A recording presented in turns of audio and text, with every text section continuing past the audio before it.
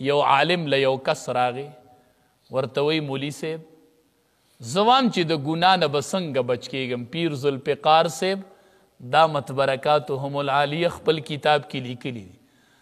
وی راغی عالم له کس چې د ګناه نه به څنګه بچ کېږم. الله دې علما آباد ساتي، الله دې تل ژوندي ساتي. دا د قوم ډیوي دي ډیوي، دا د قوم رهنمایي کوي. په دې نن محراب او منبر روښانه دی، نن په دوی علاقې روښانه دي، ستا رهنمایي کوي او تا ته مخې ته رڼا درکوي. رڼا عالم ته وایي وایي د ګناهونو نه نشم صبرېدی، یاره څه وظیفه دې راته وښودلی. هغه ورته وی وبخیم درته که نه، خو زما یو خدمت پکی هله به درته بیا وظیفه خیم. وی وبه یې کمه. وی څه خدمت دی دی؟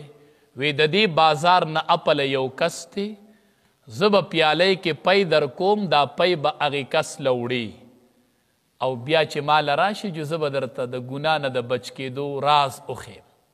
وی دا خو وړه خبره ده. د پیو پیالۍ ورله ډکه کړه، وی دا پی به اوسي، هغې کس ته به یې حواله کې چې راشي جو راز به درته وښیم چې د ګناه نه به ځان څنګه بچ کړې. ده وی ټیک ده. چې روانېده وی صبر وکړه، یوه خبره به بله وي.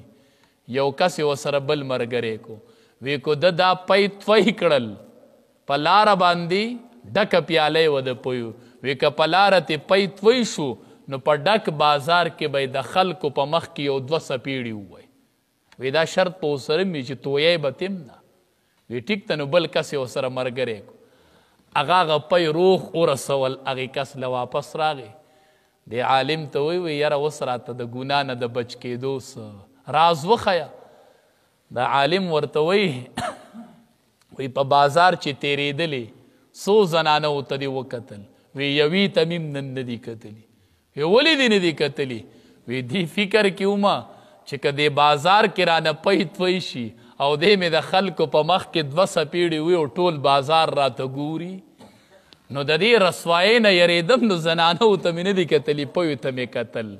هغه عالم ورته وایي وایي چې د دې رسوایۍ نه یریدې چې بازار کې به مې دوه څپېړې ووایي، قیامت کې به دا ټول مخلوق جمع او الله به دې د ټول مخلوق په مخ کې رسوا کوي، د هغې رسوایۍ نه نه یریږي.